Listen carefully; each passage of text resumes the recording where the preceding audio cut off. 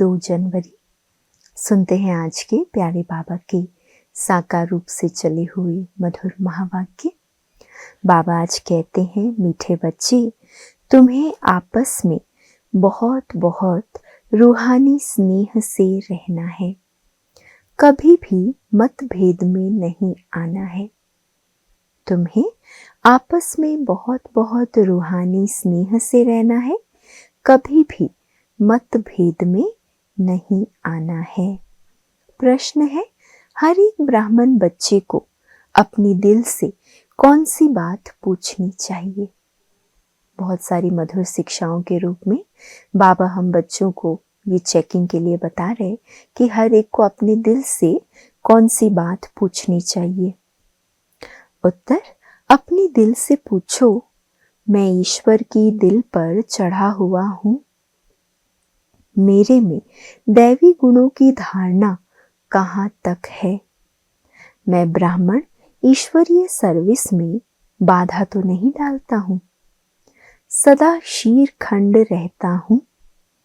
हमारी आपस में एक मत है, मैं सदा श्रीमत का पालन करता हूँ। अपने दिल से ये सब बातें पूछना है। मैं ईश्वर की दिल पर चढ़ा हुआ हूँ। मेरे में दैवी गुणों की धारणा कहाँ तक है? मैं ब्राह्मण ईश्वरीय सर्विस में बाधा तो नहीं डालता, सदा शीर खंड रहता हूँ। हमारी आपस में एक मत है, मैं सदा श्रीमत का पालन करता हूँ। गीत है भोलेनाथ से निराला, कोई और नहीं। ओम शांति। तुम बच्चे हो ईश्वरीय संप्रदाय, आगे थे आसुरी संप्रदाय। आसुरी संप्रदाय को ये पता नहीं है कि भोलानाथ किसको कहा जाता है। ये भी नहीं जानते कि शिव शंकर अलग अलग है। वह शंकर देवता है, शिव बाप है। कुछ भी नहीं जानते हैं। अब तुम हो ईश्वरीय संप्रदाय अथवा ईश्वरीय फैमिली। वो है आसुरी फैमिली रावण की। कितना फर्क है। अभी तुम ईश्वरीय फैमिली में ईश्वर द्वारा सीख रहे हो कि एक दो में रूहानी प्यार कैसा होना चाहिए। एक दो में ब्राह्मण कुल में ये रूहानी प्यार यहाँ से भरना है। हम सब ब्राह्मण कुल भूषण ईश्वरीय संप्रदाय एक ही परिवार के हैं, एक पिता के बच्चे हैं। तो बाबा हमको कहते हैं, तुम्हारा आपस में बहुत बहुत रूहानी प्यार होना चाहिए। रूहानी प्यार यहाँ से ही भरना है। जिनका पूरा प्यार नहीं होगा तो पूरा पद भी नहीं पाएंगे। वहां तो है ही एक धर्म, एक राज्य। आपस में कोई झगड़ा नहीं होता। यहाँ तो राजा ही है नहीं। ब्राह्मणों में भी देह अभिमान होने के कारण मतभेद में आ जाते हैं। ऐसे मतभेद में आने वाले सजाएं खाकर फिर पास होंगे। पास तो हुए लेकिन सजा खाकर पास हुए तो पद कम हो जाएगा।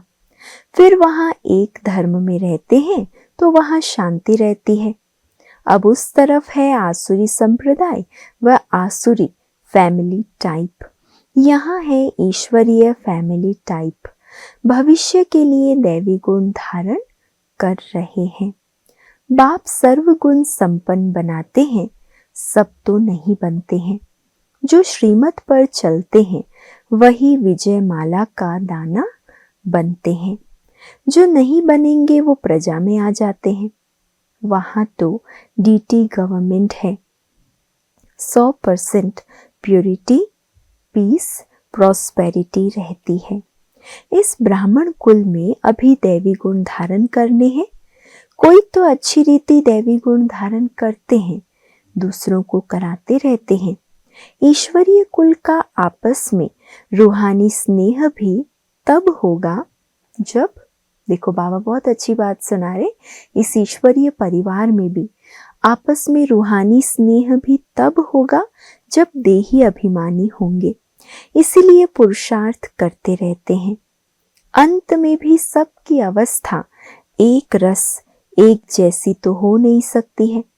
फिर सजाएं खाकर पद भ्रष्ट हो पड़ेंगे, कम पद पालेंगे। ब्राह्मणों में भी अगर कोई आपस में शेरखंड होकर नहीं रहते हैं, आपस में लून पानी हो रहते हैं, दैवी गुण धारण नहीं करते हैं, तो ऊंच पद कैसे पा सकेंगे? लून पानी होने के कारण कहाँ ईश्वरीय सर्विस में भी क्या होता है? आपस में लून पानी है, लेकिन होता क्या है? ईश्वरीय सर्विस में भी बाधा डालते रहते हैं, जिसका नतीजा क्या होता है? वह इतना ऊंच पद नहीं पा सकते। एक तरफ पुरुषार्थ करते हैं शीरखंड होने का, दूसरी तरफ माया लून पानी बना देती है, जिस कारण सर्विस के बदले डिससर्विस करते हैं। बाप बैठ समझाते हैं, तुम हो ईश्वरीय फैमिली, ईश्वर के साथ रहते भी हो। कोई साथ रहते हैं, कोई दूसरे दूसरे गांव में रहते हैं, परंतु हो तो इकट्ठे ना। बाप भी भारत में आते हैं, मनुष्य ये नहीं जानते कि शिव बाबा कब आते हैं, आकर क्या करते हैं। तुमको बाप द्वारा अभी परिचय मिला है। रचता और रचना के आदि मध्य अंत को अब तुम जानते हो। दुनिया को पता नहीं कि ये चक्र कैसे फिरता है। अभी कौन सा समय है? बिल्कुल घोर अंधियारे में है। दुनिया ये नहीं जानती अभी कौन सा समय चल रहा है और ये चक्र कैसे फिरता है। इसीलिए बाबा कहते घोर अंधियारे में है। तुम बच्चों को रचता बाप ने आकर सारा समाचार सुनाया है, साथ साथ समझाते हैं कि हे सालिग्रामो, मुझे याद करो। ये शिव बाबा कहते हैं अपने बच्चों को, तुम पावन बनना चाहते हो ना, पुकारते आए हो। अभी मैं आया हूँ, शिव बाबा आते ही हैं भारत को फिर से शिवालय बनाने। रावण ने वैश्यालय बनाया है। खुद ही गाते हैं कि हम पतित विशस हैं। भारत सतयुग में संपूर्ण निर्विकारी था। निर्विकारी देवताओं को विकारी मनुष्य पूजते हैं, फिर निर्विकारी ही विकारी बनते हैं। यह किसी को पता नहीं। पूज्य तो निर्विकारी थे, फिर पुजारी विकारी बने हैं, तब तो बुलाते हैं कि हे पतित पावन आओ, आकर निर्विकारी बनाओ। बाबा कहते हैं ये अंतिम जन्म तुम पवित्र बनो। माम एकम याद करो तो तुम्हारे पाप कट जाएंगे और तुम तमु प्रधान से सतु प्रधान देवता बन जाएंगे। फिर चंद्रवंशी क्षत्रिय फैमिली टाइप में आएंगे। इस समय हो ईश्वरीय फैमिली टाइप, फिर दैवी फैमिली में 21 जन्म रहेंगे। इस ईश्वरीय फैमिली में तुम अंतिम जन्म पास करते हो। इसमें तुमको पुरुषार्थ कर फिर सर्वगुण संपन्न बनना है। तुम पूज्य थे, बरोबर राज्य करते थे, फिर पुजारी बने। यह समझाना पड़े ना। भगवान है बाप, हम उनके बच्चे हैं तो फैमिली हुई। गाते भी हैं तुम मात पिता, हम बालक तेरे, तो फैमिली ठहरे ना। अब बाप से सुख घनेरे मिलते हैं। बाप कहते हैं तुम हमारी फैमिली बेशक हो, परंतु ड्रामा प्लान अनुसार रावण राज्य में आने के बाद फिर तुम दुख में आते हो तो पुकारते हो। इस समय तुम एक्यूरेट फैमिली हो। फिर तुमको भविष्य 21 जन्म के लिए वर्षा देता हूँ। ईश्वरीय फैमिली से हम दैवी फैमिली में जाएंगे 21 जन्मों के लिए। ये वर्षा फिर दैवी फैमिली में 21 जन्म कायम रहेगा। दैवी फैमिली सतयुग त्रेता तक चलती है, फिर रावण राज्य होने से भूल जाते हैं कि हम दैवी फैमिली के हैं। वाम मार्ग में जाने से आसुरी फैमिली हो जाती है। 63 जन्म सीढ़ी गिरते आए हो। ये सारी नॉलेज तुम्हारी बुद्धि में है, किसको भी तुम समझा सकते हो। असुल तुम देवी देवता धर्म के हो। सतयुग के आगे था कलयुग। संगम पर तुमको मनुष्य से देवता बनाया जाता है। बीच में है यह संगम। तुमको ब्राह्मण धर्म से फिर दैवी धर्म में ले आते हैं। समझाया जाता है लक्ष्मी नारायण ने ये राज्य कैसे लिया। उनसे पहले आसुरी राज्य था, फिर दैवी राज्य कब और कैसे हुआ। बाप कहते हैं कल्प कल्प संगम पर आकर तुमको ब्राह्मण, देवता, क्षत्रिय धर्म में ले आते हैं। ये है भगवान की फैमिली। सब कहते हैं गॉड फादर, परंतु बाप को ना जानने के कारण निधन के बन गए हैं। इसलिए बाप आते हैं घोर अंधियारे से सोझरा करने। अब स्वर्ग स्थापन हो रहा है। तुम बच्चे पढ़ रहे हो, दैवी गुण धारण कर रहे हो।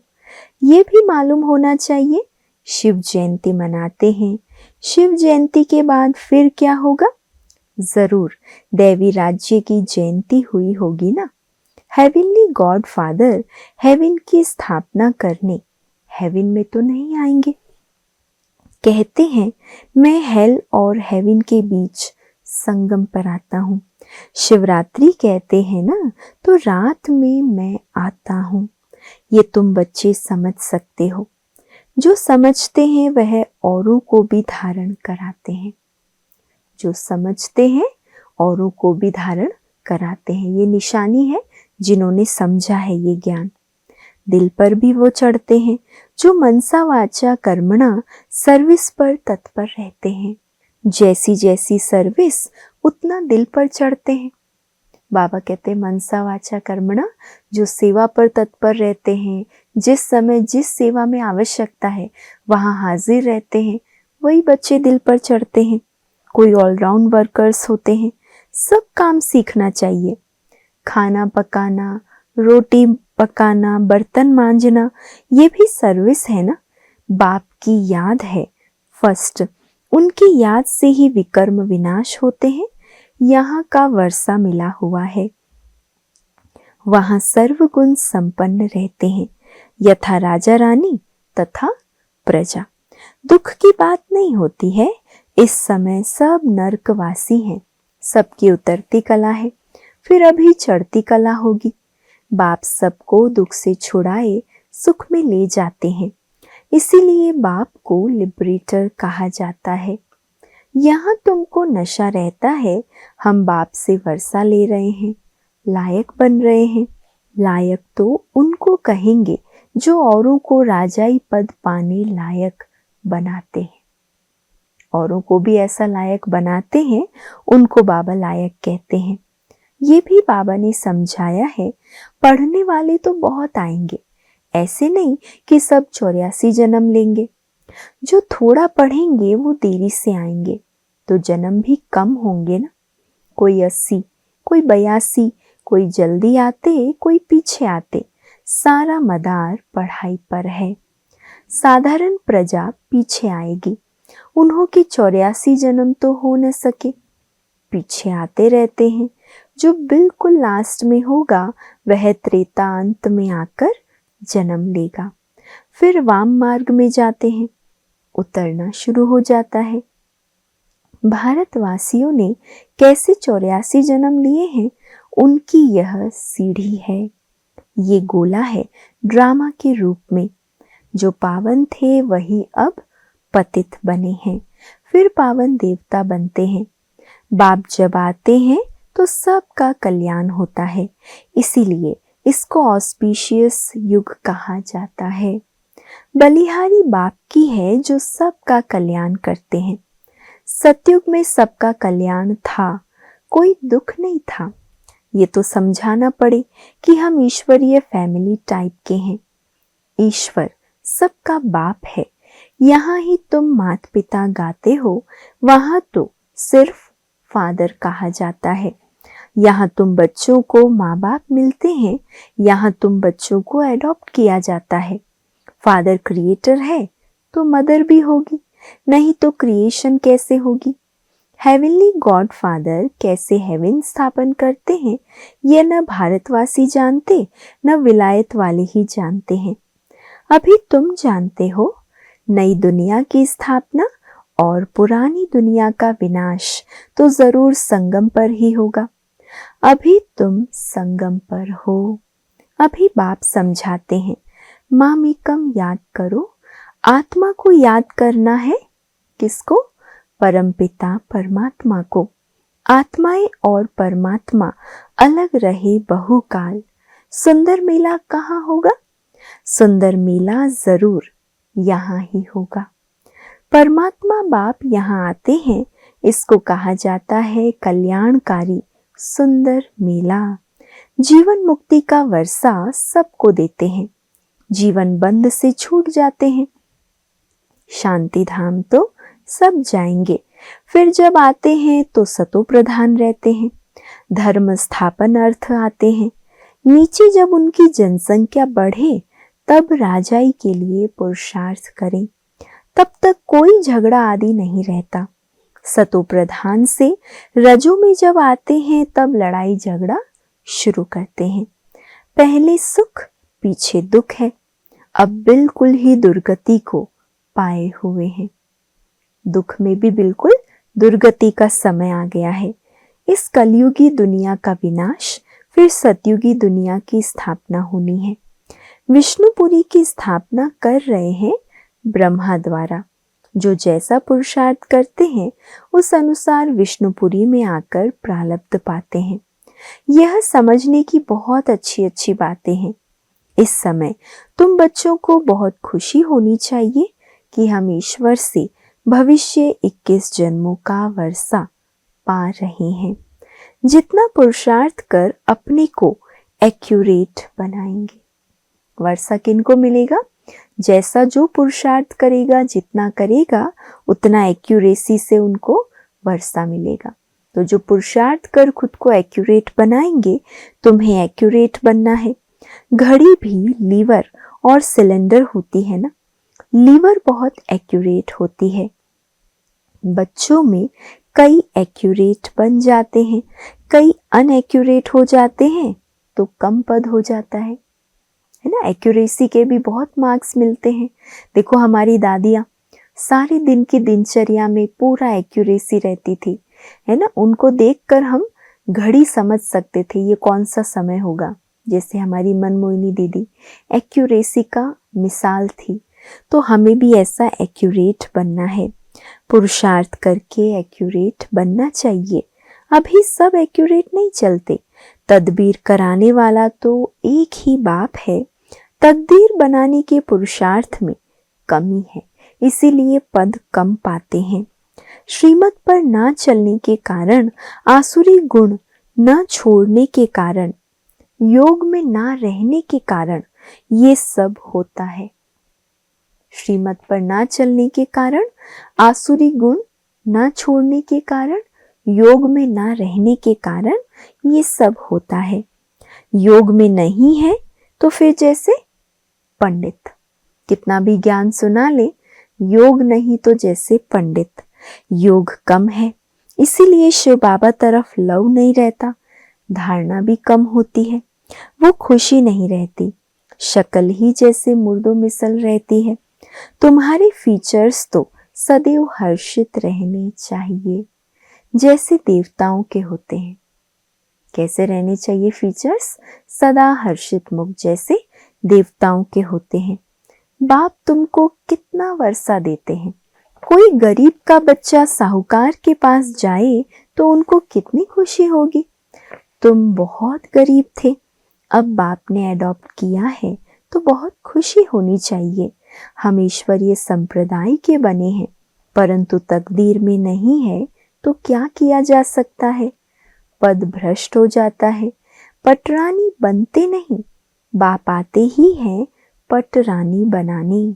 तुम बच्चे किसको भी समझा सकते हो कि ब्रह्मा विष्णु शंकर तीनों हैं शिव के बच्चे। भारत को फिर से स्वर्ग बनाते हैं ब्रह्मा द्वारा। शंकर द्वारा पुरानी दुनिया का विनाश होता है भारत में ही, बाकी थोड़े बचते हैं। प्रलय तो होती नहीं, परंतु बहुत खलास हो जाते हैं तो जैसे कि प्रलय हो जाती है। रात दिन का फर्क पड़ जाता है। वो सब मुक्ति धाम में चले जाएंगे। ये पतित पावन बाप का ही काम है। बाप कहते हैं देही अभिमानी बनो, नहीं तो पुराने संबंधी याद पड़ते रहते हैं।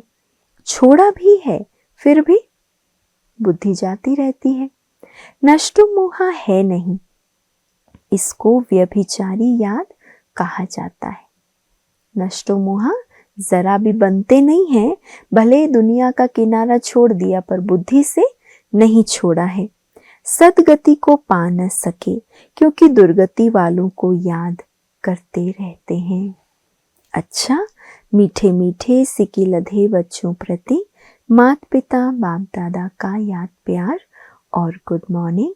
रूहानी बाप की रूहानी बच्चों को नमस्ते और हम सब रूहानी बच्चों की रूहानी माता पिता बाप दादा को याद प्यार, गुड मॉर्निंग और नमस्ते।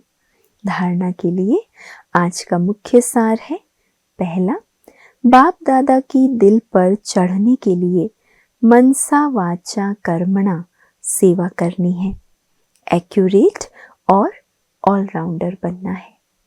यज्ञ की हर प्रकार की सेवा करनी है, एक्यूरेट और ऑलराउंडर बनना है। दूसरा है ऐसा देही अभिमानी बनना है जो कोई भी पुराने संबंधी याद न आए। आपस में बहुत बहुत रूहानी प्यार से रहना है।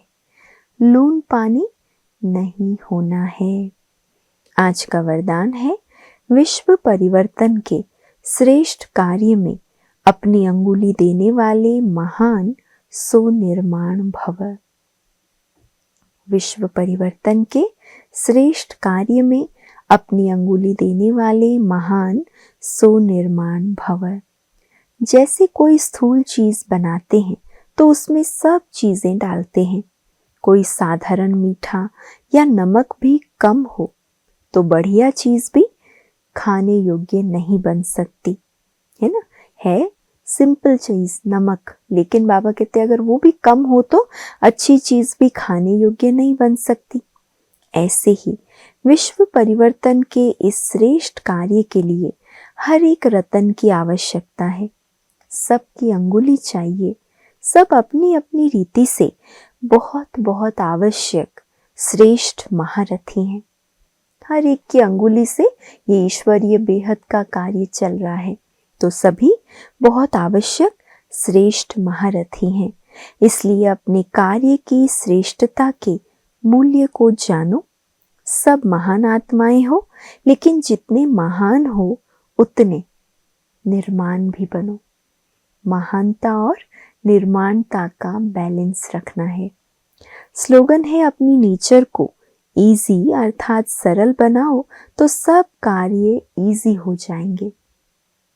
अपनी नेचर को इजी बनाओ तो सब कार्य इजी हो जाएंगे। आज का व्यक्त इशारा है। इस अव्यक्त मास में टॉपिक चल रहा है बंधन मुक्त रहे जीवन मुक्त स्थिति का अनुभव करो।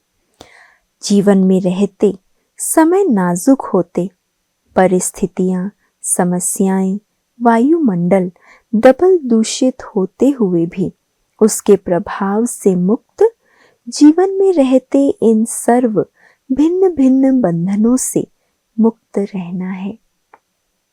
समय नाजुक है, परिस्थितियां विपरीत है, वायुमंडल वातावरण सब दूषित है, तो भी इसके प्रभाव से मुक्त, जीवन में रहते इन सर्व भिन्न भिन्न बंधनों से मुक्त रहना है। एक भी सूक्ष्म बंधन नहीं हो, ऐसा हर एक ब्राह्मण बच्चे को बंधन मुक्त जीवन मुक्त बनना है। संगम युग पर ही इस जीवन मुक्त स्थिति की प्रारब्ध का अनुभव करना है। संगम युग पर ही इस जीवन मुक्त स्थिति की प्रारब्ध का अनुभव करना है। और आज का स्वमान योगाभ्यास और धारणा भी हम सुनेंगे। स्वमान है मैं ब्रह्मा बाप समान, सर्व बंधनों से मुक्त, जीवन मुक्त आत्मा हूँ। सर्व बंधन मुक्त, जीवन मुक्त आत्मा हूँ। योगाभ्यास करेंगे। मैं आत्मा इस ब्राह्मण जीवन में सर्व प्रभाव और बंधनों से मुक्त, ब्रह्मा बाप समान जीवन मुक्त परमानंद की अनुभूति कर रही हूँ। ब्रह्मा बाबा जैसे परम आनंद और जीवन मुक्त स्थिति की मैं अनुभूति कर रही हूँ। धारणा करेंगे, जीवन में रहते हर परिस्थिति में सूक्ष्म बंधनों से मुक्त रहने का अनुभव करना। क्या क्या मेरे सूक्ष्म बंधन है इस जीवन में, उन सब बंधनों से मुक्त रहने का अनुभव करना। अच्छा, ओम शांति।